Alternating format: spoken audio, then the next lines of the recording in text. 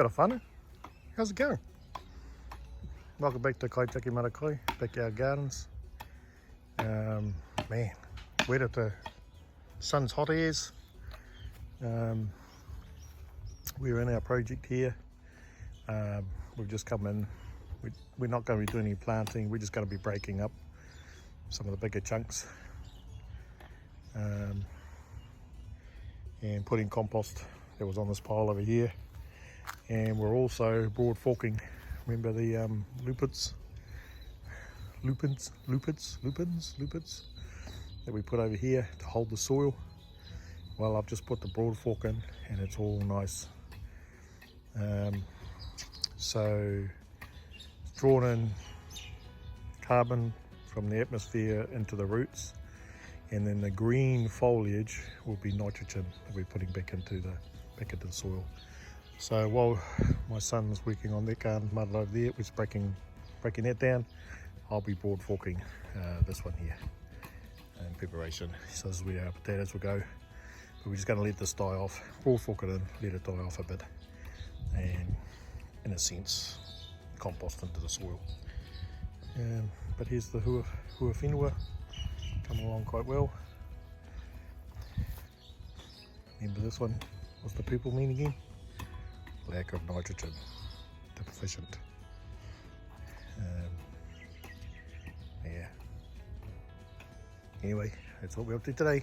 Soil preparation, preparing the beds for the māra. And she's pretty warm, so it's dry as too. Okie dokie. Catch you soon.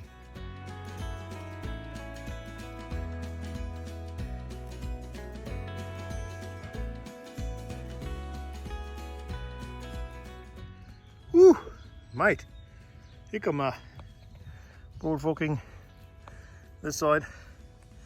Oh, ka poutahu. Anyway, remember at the beginning of the year, or I should say in May, we dug out this lot.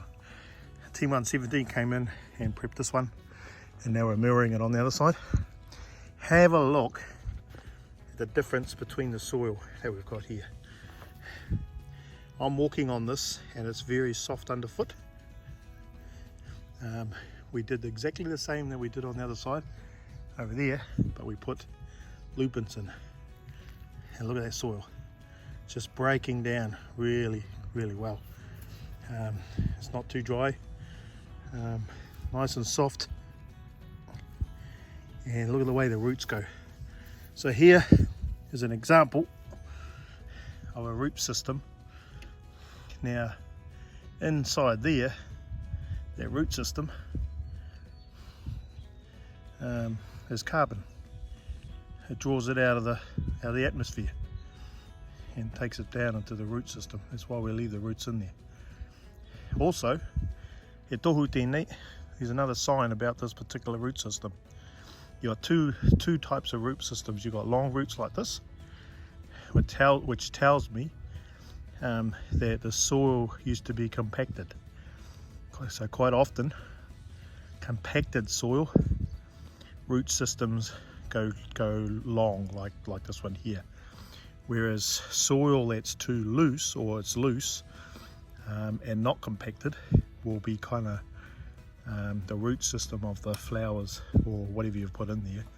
The vegetation will be more clustered around, like a big,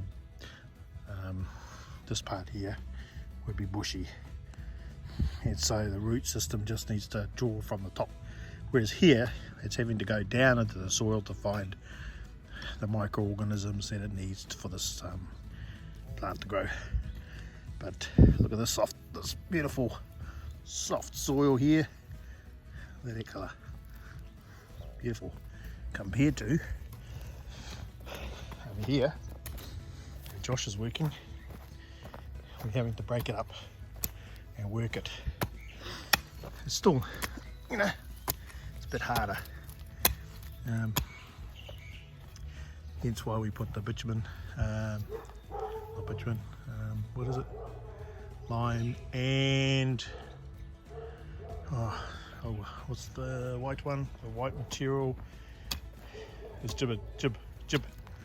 Yep, jibbing.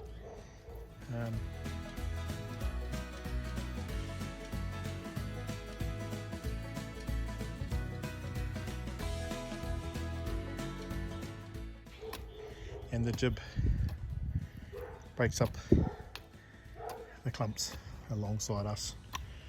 It does the same, but there's a difference between that one and the lush red soil over here, or dark brown. This one's been just freshly dug, because this has now had plants in it. So we'll carry on, broad fork it.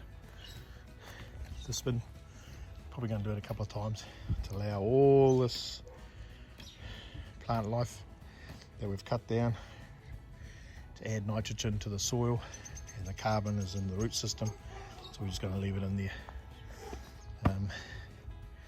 Yeah, soil health, beautiful. Anyway, it did what it did. It did what we wanted it to do. Because we weren't planting any straight away, we needed something to hold the soil in its place so it didn't run off in the rain, and also look after the soil, adding carbon and nitrogen, particularly nitrogen with the foliage as we cut it in. Okay, give you an update when we're finished. Too much.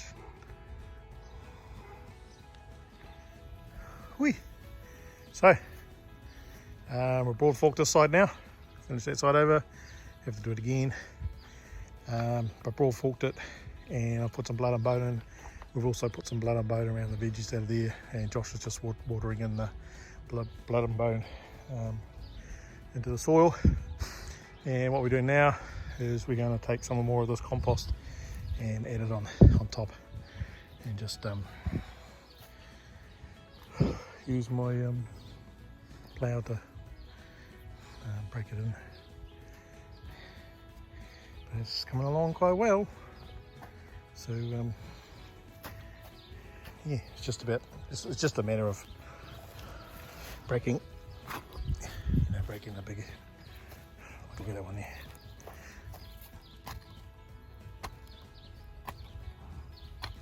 Just breaking it up.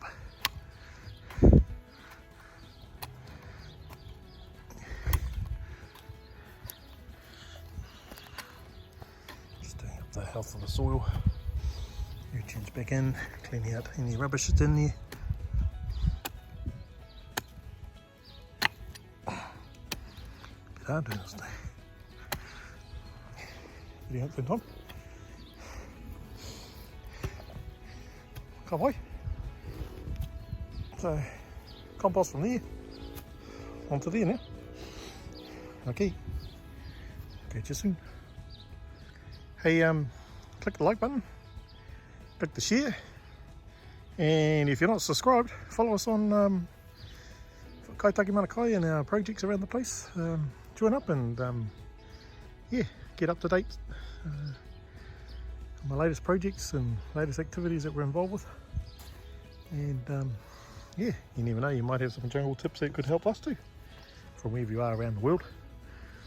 Well, God bless. See you soon. Yeah, kia ora whānau, this is the wrap up for our mahi today. About an hour. Basically preparing the beds. So we're coming out of winter here in New Zealand, and so pretty much August, September is really just waiting for the soil to warm up. And so we prepare the beds, prepare the ornet for planting out. You'll recall, if you watched some of the earlier videos, we made these up here in the middle of May, planted those right at the end of May, so we're really blessed that they've come through. Put some lupins in to hold that soil. We've now cut it down. Tony came in Sunday afternoon, trimmed it down. I've just broad forked it. So two things are going on there: carbon from the atmosphere, that's why we let the plants grow, and they take it and put it into the soil and the root system. That's why you don't really cut out your root system. You don't pull it right out, because you basically disturb the soil, and also you're taking out the carbon that you put in there. Secondly, the greens is your nitrogen, so we're just letting that die off, and again nitrogen back into the soil, which when we looked at these plants here, the purple here tells us there's nitrogen depletion. It's depleted of nitrogen in the soil, hence why the purple leaves. Came back over here, Joshua had, broke up the big clumps, and then I also broad forked that again, put some blood and bone on. We've actually put blood and bone on all of our gardens along here in the back, and then I put some of this compost on top of there. We also put some of this compost along around these beds here, just because they're quite raised high. So we just want to make sure that there's enough nutrients going into that soil, and also the same with the beans at the back. We put some compost along there, and that's our mahi today. We'll probably come back in a couple of weeks time and plant out our potatoes over here. We've got those ready, they're starting to shoot, they're starting to come through, but this is one of our projects here, and as I said before, we've got 3 whānau that are feeding off this māra, and we're basically going to be building it. The poles that the owner here has put up are for tomatoes, and we're going to run a runner along there, and broad fork along that side for the tomatoes, and we'll put other vegetables in here for summertime. I think that's us, whānau. Hey, thanks for watching, and thanks for joining us too. Click the like button, you know the thing. Help our channel out by subscribing, and you get updates on what we're doing and what we're up to around the place. Mata Fool's whare is just over the back there. Fire Pat's house up the other way, just up the other side, up there. Yeah, okay, thanks for watching, and if you hung around this long, go and if you're coming into winter, go get something nice and warm to eat. If you're like us, coming into summertime or springtime, go and get an ice block or something. Okay, God bless you, keep well, hei kona.